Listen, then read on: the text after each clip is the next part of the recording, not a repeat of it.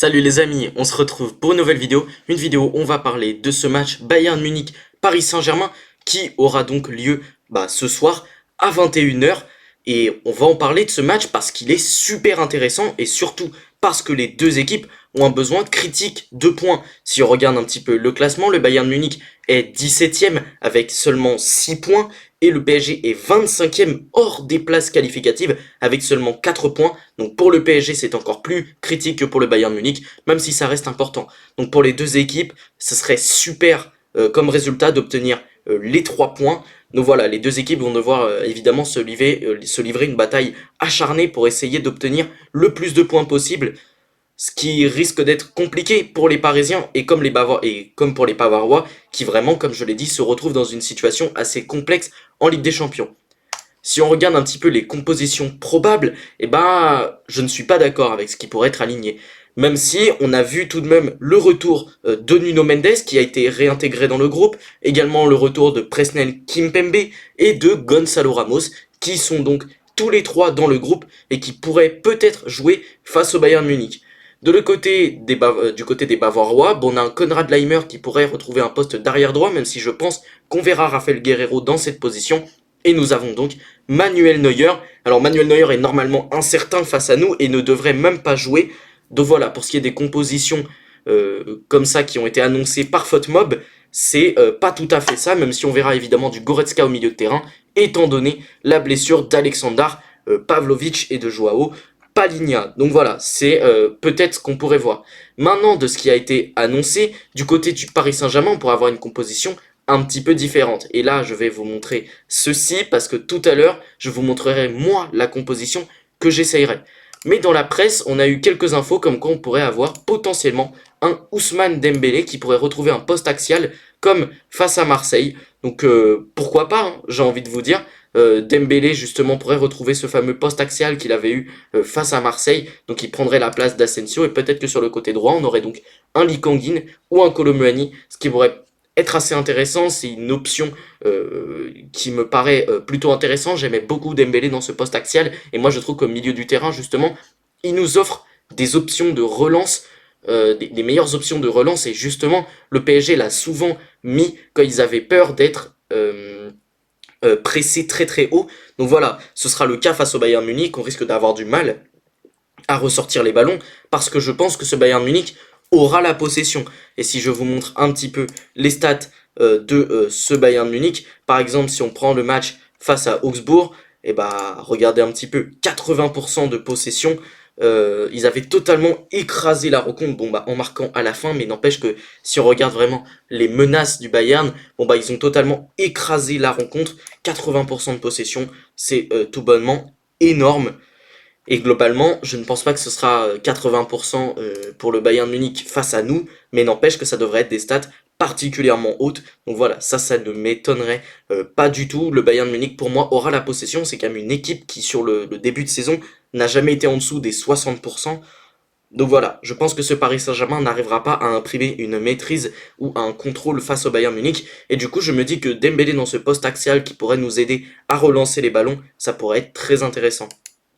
Mais de son côté, le Bayern Munich a quand même de très grosses armes, puisque voilà, le Bayern Munich c'est quand même une magnifique équipe. Et là, je vais vous montrer la dernière équipe qui a été alignée par le Bayern, donc avec Manuel Neuer, mais voilà, là il n'est pas présent. Mais voilà, on a quand même du Guerreiro, du Davis, une défense centrale Kim Upamecano qui est très solide depuis le début de la saison, et même on le voit au niveau des derniers matchs. 4-0, 3-0, 1-0, 1-0, 3-0. C'est une équipe qui concède peu d'occasions et qui prend assez peu de buts. Donc voilà, c'est peut-être ce qu'on pourrait voir justement face au Paris Saint-Germain également, d'avoir une défense centrale extrêmement solide. Au milieu de terrain, on a Kimmich Goretzka qui a été réintégré assez récemment à l'équipe, puisque Goretzka avait eu des gros problèmes de discipline et également de physique. Et là, il est revenu, il a fait un match plutôt intéressant face à Augsbourg. Et voilà, physiquement, c'est quand même bien mieux que ce qu'on avait vu sur ces derniers temps avec lui. Kimmich également fait un début de saison absolument génial. Justement, parfois, il va un petit peu combler les montées de Guerreiro au milieu du terrain. donc en prenant un poste de latéral droit, ou parfois à la relance, il vient s'intégrer entre les deux défenseurs centraux pour justement aider à la relance ces derniers, pour avoir une espèce de base à 3. Et également, il va au milieu du terrain, un petit peu plus haut, essayer de trouver des passes cachées, faire des transversales, et voilà, jouer un peu comme le maestro de ce milieu de terrain du Bayern. Et on a évidemment Moussiala, qui est l'un des joueurs les plus dangereux du Bayern, un joueur qui est de plus en plus décisif, un joueur qui par le dribble et par la passe est absolument excellent, qui commence également à prendre de plus en plus la profondeur. Donc voilà, ça va être un joueur à suivre. Également Harry Kane, qui je pense va nous faire très très mal, surtout à notre défense centrale, qui je pense va avoir du mal à le marquer. Et sur les côtés, Coman, Olysée. Alors Coman, ça va aller très très vite, donc sur ce côté droit il va falloir vraiment blinder, compter sur les retours de Hakimi, sur la compensation de Warren Zaïre-Emery, et compter sur le fait également que Marquinhos, sur son côté droit entre guillemets, puisqu'on joue quand même dans une défense à 3, que Marquinhos soit également très solide face à lui, parce que sinon ça va être un peu compliqué. Coman, c'est quand même un joueur qui, à chaque fois qu'on a affronté le Bayern, nous a fait très très mal. Et Olysée également, là, il va falloir faire très attention parce qu'Olysée, je rappelle, c'est un joueur excellent dans les coups de pied arrêtés. Le Paris Saint-Germain est une équipe très mauvaise dans la défense des coups de pied arrêtés. Donc évidemment, ça va être un aspect à suivre de cette rencontre. Du côté du Paris Saint-Germain, la dynamique est quand même bien moins bonne, hein, même si on a quand même une victoire face à Marseille, une victoire face à Lens, mais on a la défaite face à l'Atlético Madrid. On a le 2-4 face à Angers qui était une rencontre très bonne, même si sur la fin on prend 2 buts totalement évitables. Et face à Toulouse, le 3-0, donc le dernier match, avec une composition remaniée tout de même, avec un Zaguet, avec Skriniar, Beraldo, même si au milieu de terrain on avait quand même vu Joao Neves, Warren Zaïre-Emery. Et en attaque, on avait donc Barcola, Asensio, Dembélé et Doué. Voilà, une attaque tout de même assez remaniée encore une fois. Et je pense encore une fois que face au Bayern Munich, on aura quelque chose de totalement différent. Et justement, peut-être que le retour de Gonzalo Ramos pourrait nous aider. Mais comme je l'ai dit, ce Paris Saint-Germain va être une équipe qui, je pense, ne va pas forcément attendre bas, ultra bas. Je pense que ce PSG va quand même essayer d'aller agresser. Donc justement, grâce à un Joao Neves, grâce à un Zaïre Emery, d'essayer de mettre de l'intensité dans le pressing, également je pense à Vitinha aussi, au milieu de terrain, mettre de l'intensité pour récupérer le plus vite possible le ballon et essayer d'exploser en transition avec donc Barcola, Dembélé. C'est pour ça que ça va être très intéressant. Mais si Dembélé se retrouve justement sur une position axiale, il pourrait également permettre d'aiguiller sur du Barcola, sur de Lee Kang-in. Maintenant, Lee Kang-in, c'est un joueur qui n'a pas forcément une qualité de vitesse extraordinaire. Et quand je vois certaines rumeurs qui disent que justement Lee Kang-in et Dembélé, donc Lee Kang-in pourrait être sur le côté droit et Dembélé dans un poste axial, moi je ne comprends pas trop, parce que ça voudrait dire que le PSG et Luis Enrique en tout cas souhaitent tenter d'imprimer d'un espèce de contrôle, une espèce de maîtrise face au Bayern Munich. Pour moi, Lee Kang-in c'est vraiment pas un joueur de transition, c'est plutôt un joueur de maîtrise, de possession, de tout ça. Donc voilà, c'est peut-être justement le plan de jeu que veut installer Luis Enrique, et dans lequel cas je ne suis pas d'accord. Moi, je vais vous montrer directement la composition que je souhaite aligner. Ça va être quelque chose de totalement différent. Et déjà, au poste de gardien, moi, je remets Safonov.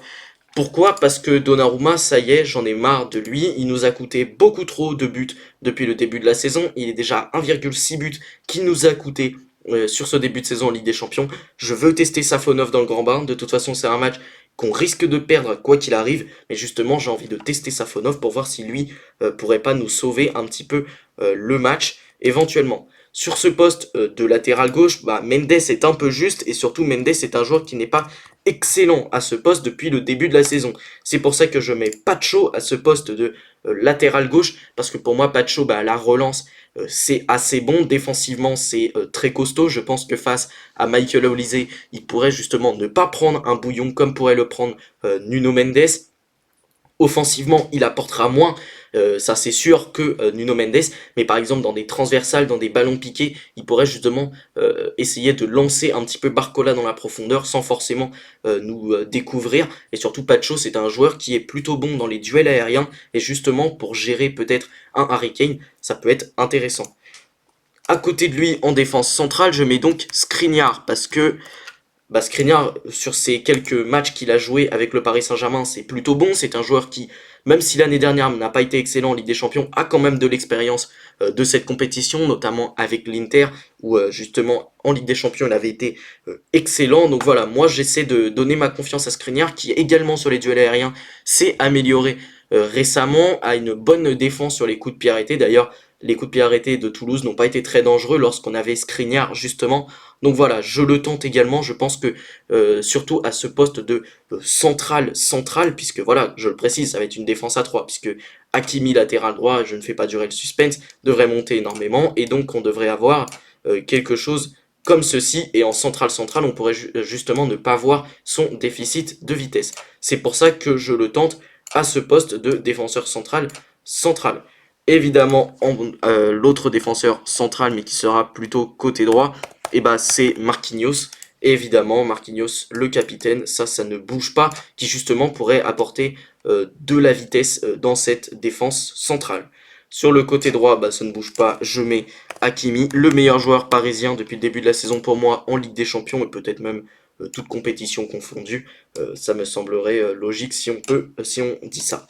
Au milieu de terrain, je mets Neves, évidemment, dans ce rôle de numéro 6. Je l'ai adoré dans ce rôle de numéro 6 face à Toulouse. Je l'ai trouvé vraiment très très bon. Donc moi, j'ai envie de continuer, de mettre ma confiance en lui. Je pense que justement, à la relance, il pourra pas mal nous aider également dans ce rôle un peu plus bas pour peut-être donner directement à un Dembélé ou justement envoyer des ballons dans la profondeur, des ballons un peu longs pour nos attaquants.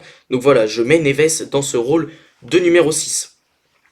En numéro 8, je vais mettre Vitinha, évidemment, sur ce côté gauche, pour aider un petit peu mon ailier gauche, qui est évidemment Barcola. Donc ça ne bouge pas, ce côté gauche ne devrait pas bouger. Et justement, je pallie le manque d'apport offensif de Pacho par un apport offensif de Vitinha. On a vu que sur le côté gauche notamment, il avait été capable de faire un très bon mouvement avec Colomani qui avait fait un appel intérieur. Peut-être qu'on pourrait revoir ce genre d'appel, ce genre de combinaison à l'avenir, et c'est pour ça que je demande à Vitinha d'être un relayeur gauche et non un numéro 6 un petit peu qui a pour but d'équilibrer. Pour moi, c'est définitivement pas le poste de Vitinha, on l'a vu depuis le début de la saison, et c'est pour ça que je mets ce poste à Neves, parce que au pressing il est excellent. Et je mets également Zahir Emery à côté de lui, qui va avoir ce rôle justement de compensateur des montées d'Hakimi, puisqu'Hakimi va monter très très haut. Donc Warren pourrait un petit peu compenser, mais également il pourrait monter et aider beaucoup au pressing Neves. Donc voilà, c'est pour ça que je le mets dans cette composition, parce que évidemment Warren, en plus de ça, face à Toulouse, a fait un gros match, et je vois pas vraiment qui on pourrait mettre de mieux. Ici, je mets évidemment Dembélé. Bon bah Dembélé, je le mets à droite parce que en attaquant de pointe, je veux mettre Kolo Muani. Alors là, vous allez me dire que je suis complètement fou, mais pour moi, Kolo Muani, ça peut être son match. Comme je l'ai dit, cette défense du Bayern est extrêmement solide, mais pour le coup, a beaucoup de mal à défendre sa profondeur. Ça, historiquement, le Bayern de Munich a énormément de mal à défendre sa profondeur, en tout cas depuis le début de la saison, et je me dis que justement les espaces qui pourraient être laissés dans le dos du Bayern, qui ont été largement exploités par le FC Barcelone notamment, et bah justement Dembélé, Barcola et Kolo Muani, surtout Kolo Muani, pourraient bien les exploiter. Et surtout Dembélé sur le côté, pour moi, pour être vraiment excellent. Franchement, je vois pas dans quel monde Dembélé dans un rôle vraiment axial pourrait nous être utile. Hormis si justement on ne met pas Lee Kang-in sur le côté droit et qu'on met Dembélé dans ce rôle axial, et donc qu'on lui demande d'orienter un peu pour Barcola et Kolo Muani, ça pourrait s'entendre. Mais voilà, moi je préconise quand même ça, parce que je pense que Kolo Muani également, pour reprendre des centres, c'est un joueur bon de la tête également, un joueur qui sur les centres les reprend bien. Donc voilà, on est une équipe qui centre énormément, qui passe beaucoup par le côté, même si on est capable de passer dans du jeu axial. Mais là, si jamais on se retrouve justement dans des contres, dans des situations de contre où on doit centrer, bah peut-être que Kolo Muani, pour mettre la tête, ça pourrait le faire. C'est pour ça que c'est la compo que j'aimerais aligner face au Bayern de Munich, et c'est pour moi la compo qui a peut-être le plus de chances, entre guillemets, d'obtenir un résultat, parce que pour moi, Gonzalo Ramos, c'est encore un petit peu trop juste, Kimpembe, c'est trop juste, Nuno Mendes, c'est trop juste, et surtout Nuno Mendes, pour le moment, il n'a pas été excellent en Ligue des Champions. C'est pour ça que je tente cette composition. Et d'ailleurs, on n'a pas parlé de Beraldo dans ce rôle justement de défenseur gauche, enfin de défenseur central gauche, mais pour moi, Beraldo à ce poste-là, c'est à oublier. Bon, et ben si on se concentre maintenant sur le score que je vais donner, bah, malgré tout ce que j'ai dit qui pouvait être intéressant à utiliser pour le Paris Saint-Germain, donc voilà, justement essayer d'attaquer en contre comme le Barça l'a fait avec un pressing assez intense des Barcelonais, mais tout de même une défense centrale assez solide et surtout une exploitation voilà de la profondeur absolument dingue. Je pense que ce Paris Saint-Germain ne saura pas suffisamment bien le faire. Je pense même que Luis Enrique va va retenter d'imprimer une maîtrise et va retenter son faux numéro 9, j'en suis à peu près certain. Maintenant c'est comme ça, Luis Enrique, j'ai envie de vous dire, c'est le coach, hein, c'est pas moi le coach, mais bon, je ne suis pas convaincu de la potentielle composition qu'il pourrait nous mettre. Après, comme je l'ai dit, on n'est pas à l'abri d'un exploit et on n'est pas à l'abri également d'une surprise. Luis Enrique est un coach qui fait beaucoup de surprises, donc peut-être que justement avec une équipe, avec justement un Lee Kangin, un Dembélé dans l'axe, on pourrait imprimer une grosse possession. Ça m'étonnerait beaucoup, mais si on arrive à le faire, ça serait franchement pas mal. Maintenant, évidemment, l'enjeu ça va être de mettre nos occasions en fond, parce que je pense qu'on en aura quand même moins. On joue contre une énorme équipe du Bayern Munich qui est bonne dans le jeu depuis le début de la saison. Donc voilà, ça va être également important à suivre. Est-ce que ce Paris Saint-Germain arrivera à mettre le peu d'occasions qu'ils auront, et surtout est-ce qu'ils arriveront vraiment à les mettre au fond? Ça va être évidemment une question à suivre. Du coup, si je devais donner un prono, et ben moi je pars sur 2-1 victoire du Bayern Munich à l'Allianz Arena. L'Allianz Arena, c'est vraiment un stade très complexe où jouer, et je pense que ce Paris Saint-Germain pourrait être un petit peu dépassé entre guillemets par l'événement, cette jeune équipe du PSG. Moi je pense que ça manque vraiment de pointure dans l'équipe du PSG, ça manque encore de vice, j'ai envie de dire. Ça se voit que c'est encore des gamins qui jouent. Donc voilà, c'est pour ça que je pars sur le Bayern Munich. Et surtout le Bayern Munich, je pense que c'est une équipe qui est bien plus aboutie que le Paris Saint-Germain à l'instant T. C'est pour ça que je pars sur une victoire de 1 des Bavarois. Bon bah les amis, cette vidéo est terminée, j'espère qu'elle vous aura plu. Si c'est le cas, n'hésitez pas à la liker, à la commenter pour vous me donner votre pronostic. Et surtout, abonnez-vous à la chaîne, c'est super important pour moi. Sur ce, salut les amis, à la prochaine.